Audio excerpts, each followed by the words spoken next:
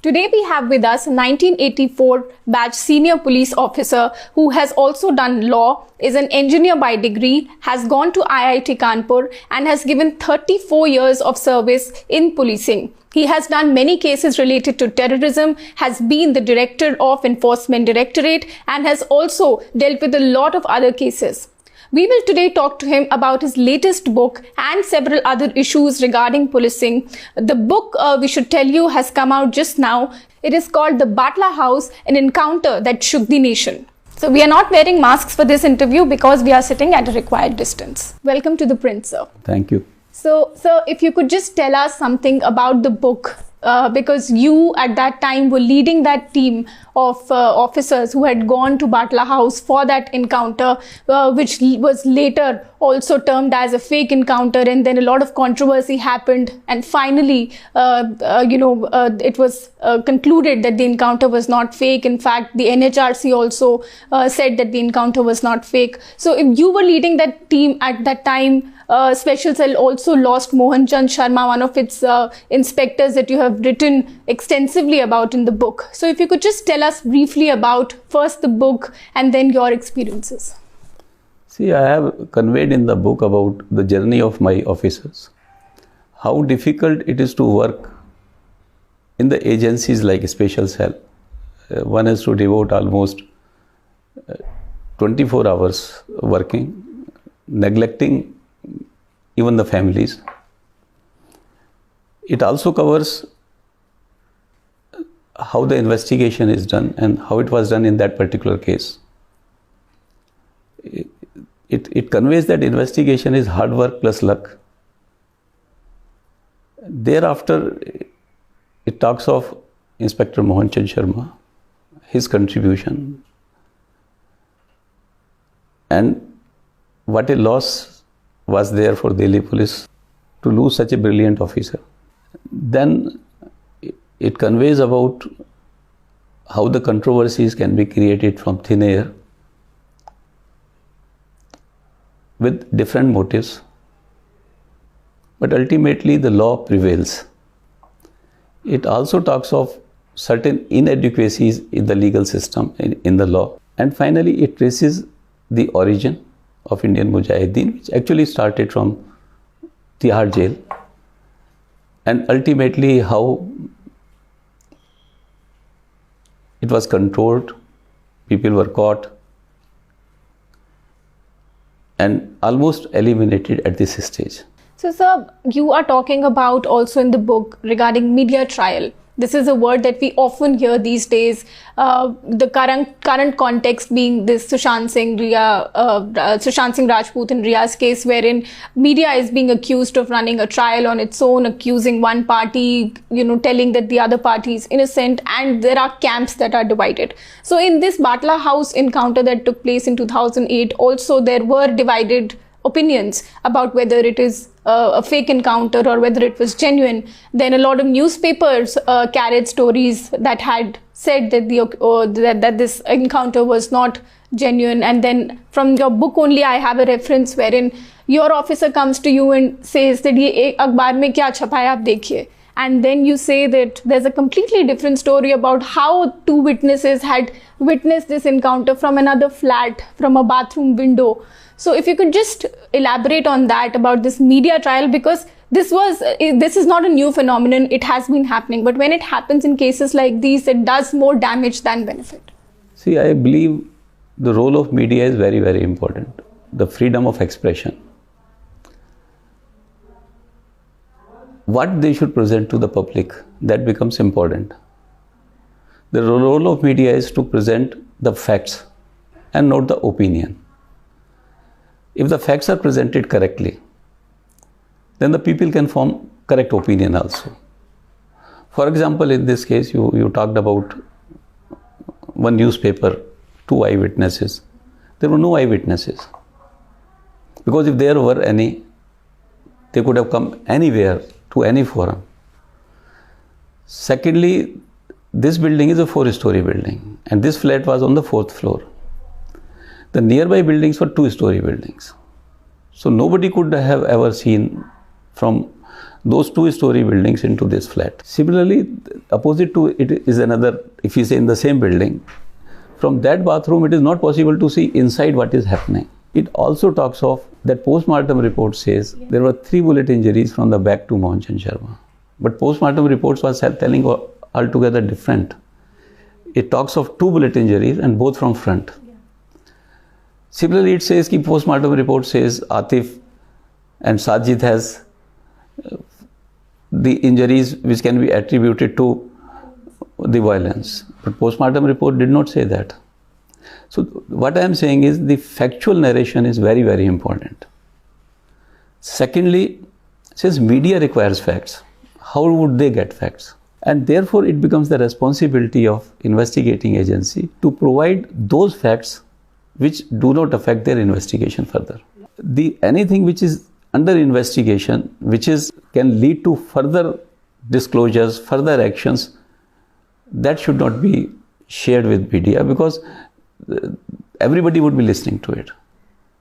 More important in case of terrorism, if anybody comes to know anything which you are doing, they will take safeguards so that the investigating agency fails.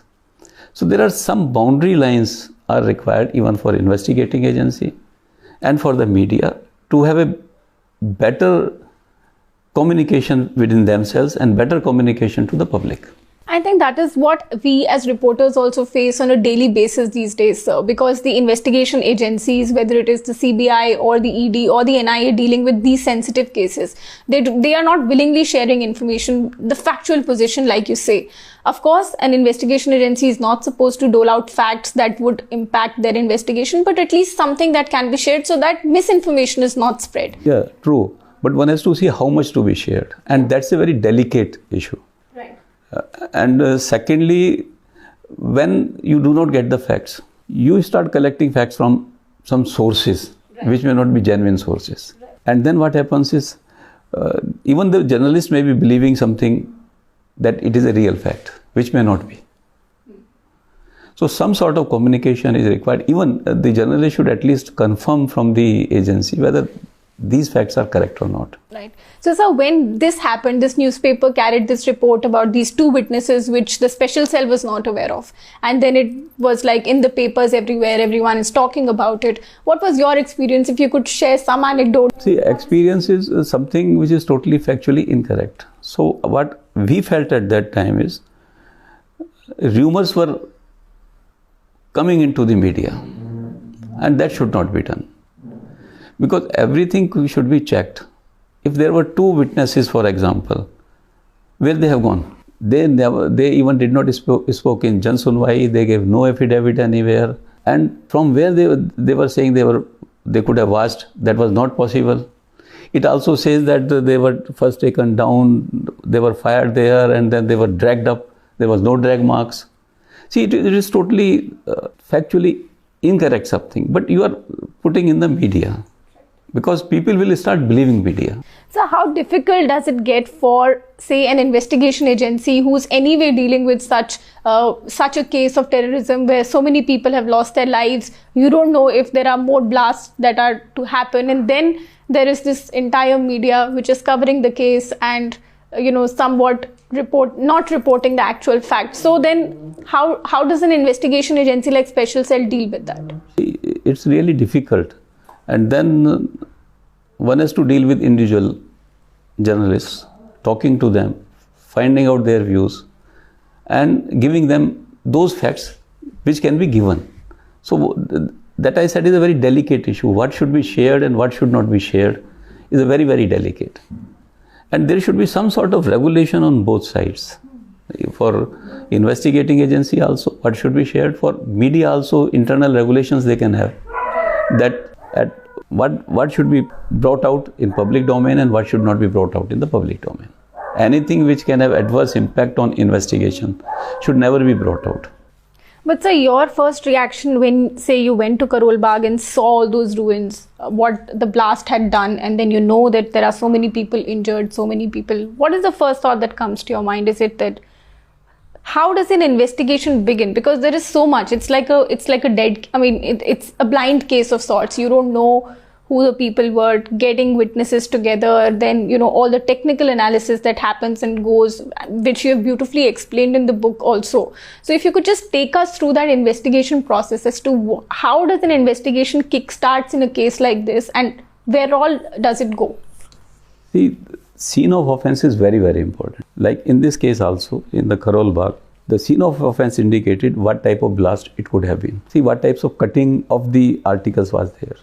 If it is a sharp, it generally is a high explosive. If it is jarred cuttings, it is a low explosive. What is the smell prevailing there? That can give you idea what chemical could have been there. Then what could be the approach of the people, how they have reached there? Could anybody be eyewitness?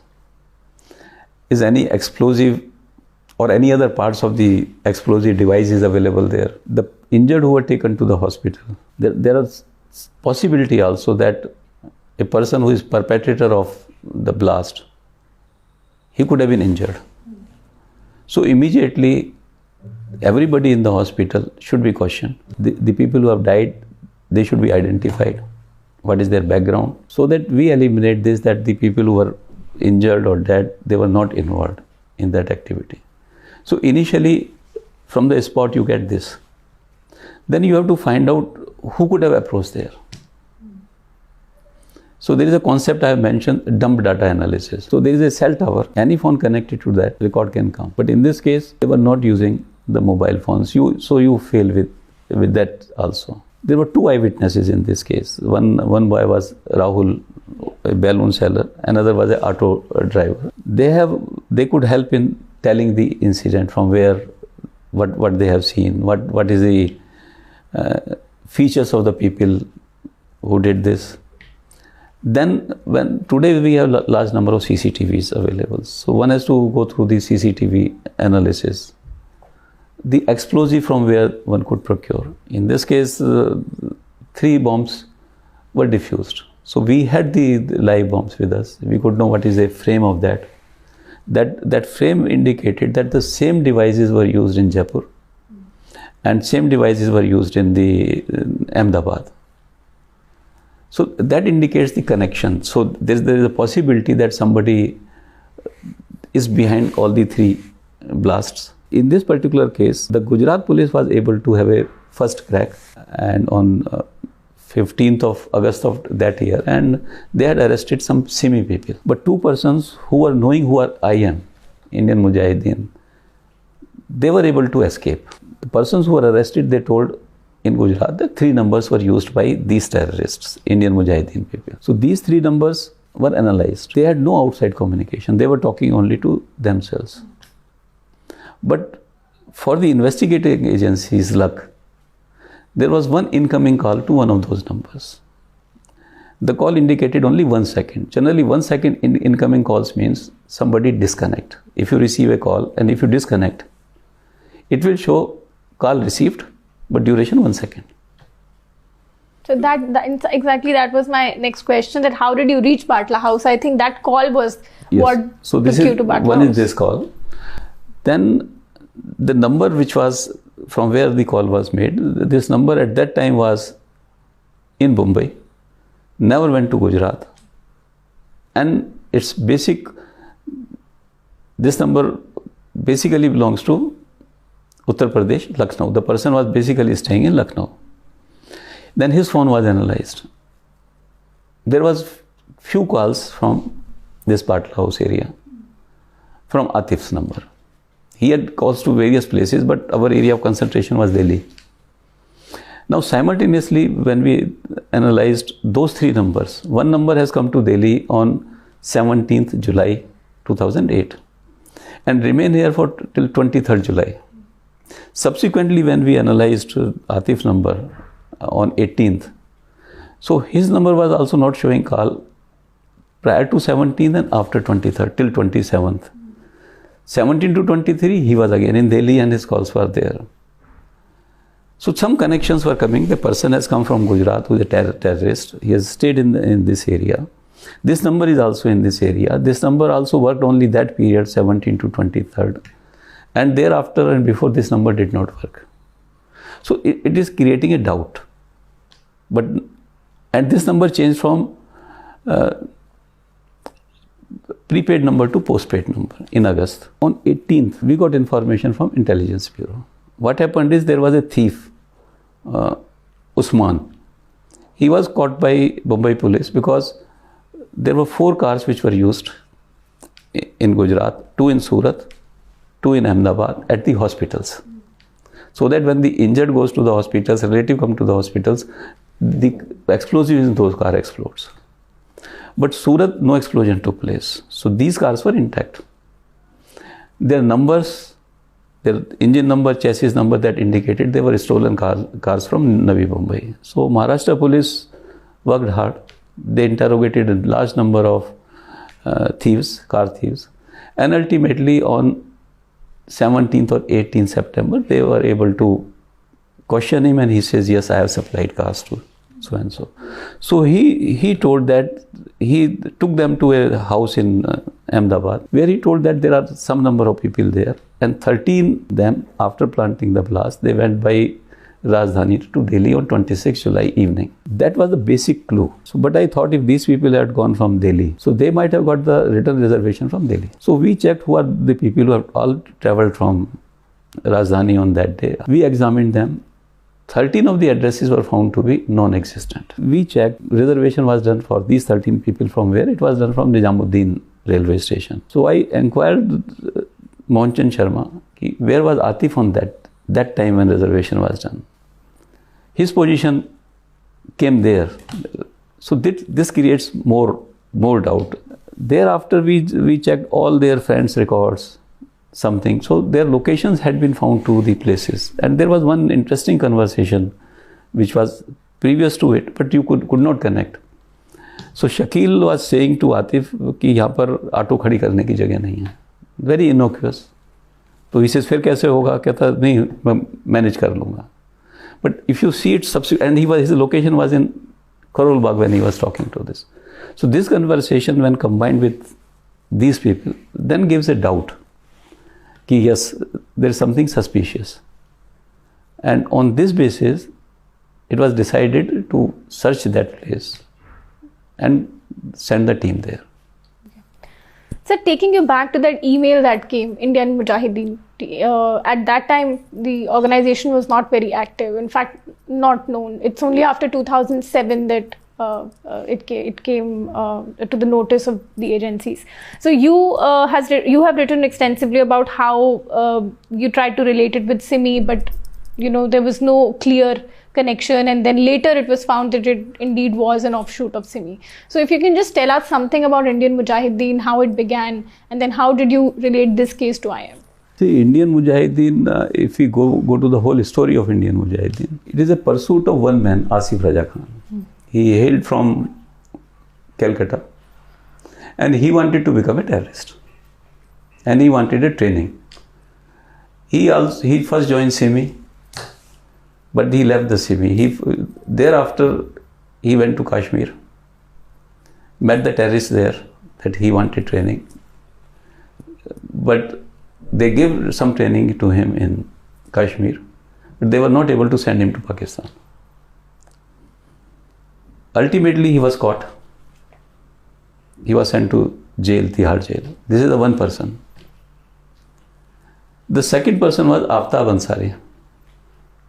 Now, Aftab Ansari is basically a kidnapper belonging to Dinesh Thakur gang.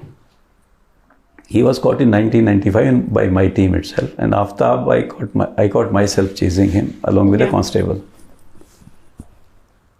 This Aftab Ansari was also in jail. He became a friend of Asif. There was a third person, Omar. He belongs to Huji. He had come to India to get Huji terrorists released. They had kidnapped four foreigners, but fortunately the UP police team was able to rescue one of them. They actually searched the place in Ghaziabad for a thief, but there they got one of the kidnappee, and then in subsequent raid from a village in Uttar Pradesh, 3 more were caught. So this man, he is a hardcore terrorist. So they in the jail, they make a communication with each other, and decided to work together after their release from the jail. Omar was released, 3 persons were released after this Kandahar hijacking. Right. So Omar was one of them. Aftab Ansari also came out of the jail after completing his jail terms. Asif also came out of the jail. Asif and Aftab started the kidnappings in India. They earned huge amount. With that amount, Aftab went to Dubai and he went to Pakistan in between. He talked to Omar. We need support for terrorist activities. Both of them went to Pakistan, Aftab and Asif Raja Khan, and they met Lashkar leaders, Jaish-e-Mohammed leaders and Huji leaders. And after that meeting, it was decided they will send a number of terrorists to India who will be settled in different parts of the country. They are called resident agents. So what they do is, one person is sent, his Indian identity is established. He start doing some business. He even marry in India, and people believe he's come from West Bengal or somewhere.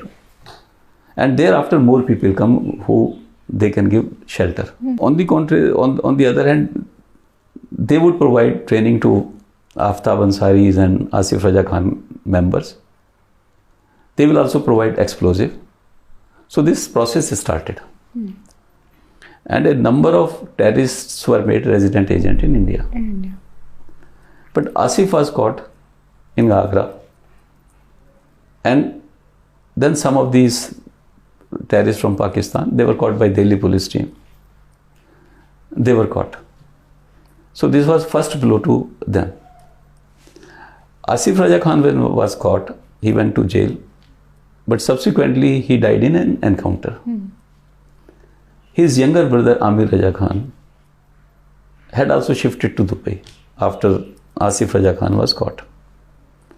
So they decided to take a revenge. So they attacked American Center in Calcutta. After the American Center, Aftab Ansari took responsibility. They were caught. Amir was not caught. Aftab Ansari was caught. There was an encounter in Hazaribagh by Delhi police, and some of the terrorists were also killed in that. So their gang appears to be annihilated. But Amir Raja Khan re-established it. In Bangladesh, they have one Kamara alias Nata who was heading Huji there. He was supporting them. So the persons from Indian origin who wants to take training would go to Bangladesh, where new identity will be given to him, new passport will be made. Then he will travel to Pakistan.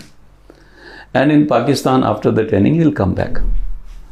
So I give a detail only for one person, Babu Bhai, that how did he took training there? How did he stay after the training in a place in the airport, in a room in the airport? How Pakistani officers used to come to him and says, you do activities in India.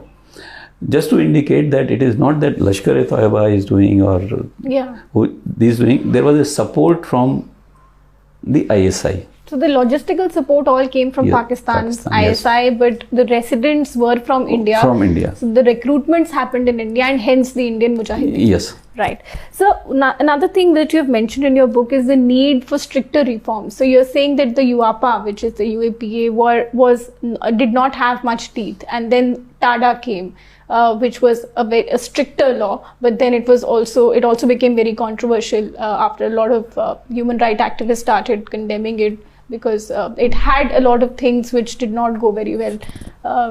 See, CRPC, which is a CRPC and IPC. CRPC is a criminal procedure, and IPC is which is a substantive offence. Now, when dealing only with these, there is one section in IPC, 121A, waging war against the state. Right. CRPC says you cannot interrogate a person, police remand cannot be for more than first 15 days. Then you have to go in search of terrorists. One terrorist is caught today, another may be caught after 10 days, maybe 2 months, 3 months. How to confront them with each other? So there were many other issues connected with, because terrorism, to deal with terrorism, you require a special law. Now we had knee-jerk reactions, which I mentioned in this. Like after 84, Mrs. Indira Gandhi was killed, we brought TADA in 1985. But then it was allowed to lapse in after 10 years, 1995. Then happened parliament attack case. So we brought in 2002 POTA. Yeah. In 2004 again that was allowed to lapse. Some changes were made in UAPA, but they were not sufficient. UAPA was later on amended in 2008 and 9 Right. to bring it today's status. So to deal with a law which does not fit to deal with terrorism is a difficulty. I mentioned one case specifically. Babu Bhai was arrested in Lucknow. A person named Guru was supposed to supply him some explosive in Lucknow. Now there are DK Basu guidelines of the Supreme Court. They're very, very well laid out. But some of the provisions of that says that every arrest is to be announced. In what sense is immediately after arrest, any person he says you inform is to be informed immediately. Maybe his family members, maybe his friend. Within 12 hours, you have to put on your police control room in a center and in a state that so and so has been arrested and kept such and such place. Then you have to inform the police station in whose jurisdiction this person's house is there. Now this is very good, excellent provisions to help to restrain the police in doing something wrong. But are they useful in handling with terrorism? Suppose you catch a terrorist and he says inform so and so, and you inform. He informs other members and they vanish. They vanish to Pakistan, Bangladesh, anywhere. We do all the procedures, legal procedures, like producing him within 24 hours before the magistrate. But can his arrest not to be made public immediately? Now in this case, if his arrest would not have been made public immediately, and which is a legal requirement, it is no fault of the police officers, then there was a possibility that Guru could have been caught. Yeah. And you know who was Guru? If you read in the book, he was Atif. So many further blasts could have been prevented. So there is an inadequacy in laws to deal with terrorism. That is what I was referring to it. So what about the current UAPA? It was amended in 2000. See, current UAPA was amended. It is a better act, and there is a one provision in NIA Act, which again goes to my credit. When NIA Act was being made, a group of officers were called in MHA, and then I proposed that it should not be the first 15 days. Okay. It should be piecemeal and 30 days. Okay. Like you cannot have the remand for more than 30 days, but it could be you take 2 days now and you take 2 days after 10 months. Right. And that was accepted, and it is part of this. So that is the one tool we have got in benefit of us. But so what about when UAPA was amended, there were a lot of questions regarding not enough checks and balances in place. The misuse of the new law. It did definitely give more teeth to the investigation agencies, including the NIA, but it also has a lot of other things related to it. So what about those things? Of course, you are an investigating officer. You say that everything goes case by case. Say if something is applicable to one case, might not be applicable to the other. See, misuse of any law is done by whom? An officer. Yes. So you take action case to case basis against the officer. Rather than saying that law is wrong, the implementation could be wrong. And implementation of anything could be wrong depending upon the person to person. Right. And therefore we have to deal with those aberrations in the system. And not to kill the messenger itself. Messenger is the act here. And whoever is doing wrong implementation should be taken to task. So sir, if I could ask you this question, if you can tell me 5 challenges that you faced in a nutshell while investigating this case of serial blast. The very first challenge is everybody start asking you who has done it, for example. And you have to keep your head down in spite of such questioning, because ultimately, even if you say suppose Lashkar-e-Taiba has done it, how does it matter? You have to catch who really have planted the bombs, and therefore you have to investigate from the spot. Second challenge in the bomb blast cases is the information doesn't come. Like the the sources do not inform anything. In criminal cases, you get information. The terrorists keep to themselves. They don't talk what they are doing.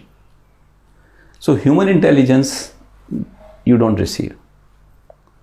Third challenge is these people are very committed. And if they have done a blast here, they could do at other places. So there's a time challenge to you that they should be prevented from killing more people. Right. That is a third challenge. Then how to collect information? What could be the sources of information? So you have to go through, examine all the other cases. Any similarities? Any person caught in a similar case? And sometimes even that fail. We had investigated in 97 and 98, there were 42 blasts in Delhi and around. Nothing we could find at these spots. There were explosive, we could know it is a potassium chlorate. A lathe machine was used for making the shell of the bomb. The person made one call saying that Shahidi Khalsa Force is doing it. So we did all possible investigation and we could zero down that person would be staying somewhere in western UP.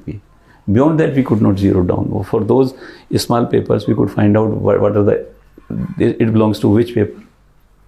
Then which edition, and then with the intersection one could find out from that. But still there was no clue.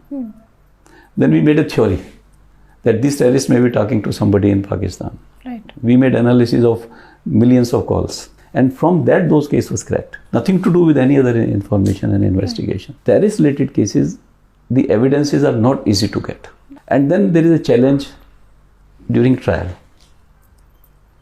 Because evidences are difficult, witnesses are not there. So one has to be very effective in investigation. A good investigator who piece all the possible pieces of evidence together to present in the court. Any lapse in that would lead to failure. So you have been in policing for so long. You've also been the director of Enforcement Directorate. So how much is the influence or the pressure of the ruling political party or the regime or the government in any of these cases? Because we have been hearing one cases of the Northeast Delhi riots. There are allegations that the investigation has tilted on one side in favor of one particular community because it was a Hindu-Muslim clash. Then if we look at Enforcement Directorate, there are allegations that the agency is only going after the opposition leaders. So you have been in those shoes. What if I ask you that is there some sort of political influence, some sort of pressure of the ruling regime, of the government that is in power at that point of time? How much does it affect investigations? And please be as honest as possible. See, it depends upon officer to officer. Generally, no politician will talk to an officer who is straight. And every officer who is working in any department, particularly investigating agency, I believe should base everything on the evidences. We should not talk beyond evidences. So political pressure or no pressure, I feel it is a myth. And depends upon whether you are making a symbiotic relation or you are doing justice to the case. So as such, it may not exist. It may exist for those people who are looking for their postings, but not everybody. So why did you write the book on this Batla House encounter now? What prompted you to do that? See, I was in service all along. After the retirement, I thought that I should present the people and even the investigating officers about the officers working in field, not only in special cell. Special cell is the sample. It is all police officers, anti-terrorist cell, working in any states. They have a tough life too. Secondly, to talk about the investigation, how investigation could be done. Thirdly, to tell about certain inadequacy in law. Covert operations are not legalized in our country. Right. So if a police officer infiltrate into terrorist organization, what is the protection for him? There is no protection. If he succeeds, you say कि भी बहुत बढ़िया काम किया. If he fails, you are abundant. In various other countries, they have legalized covert operation. So my idea is to present views you face during investigation, the legal issues, and I also mentioned that we don't have a policy, national policy on terrorism. See, there should be a national policy irrespective of political affiliations. Right. Each person should believe that we have to protect our nation. Before speaking against any operation, they should ask the government, you show us why you are saying these people were like that. Based on rumors, commenting on anything demoralizes the people, and the resolve to fight against terrorism reduces, attenuates. So that is the purpose I wrote this book.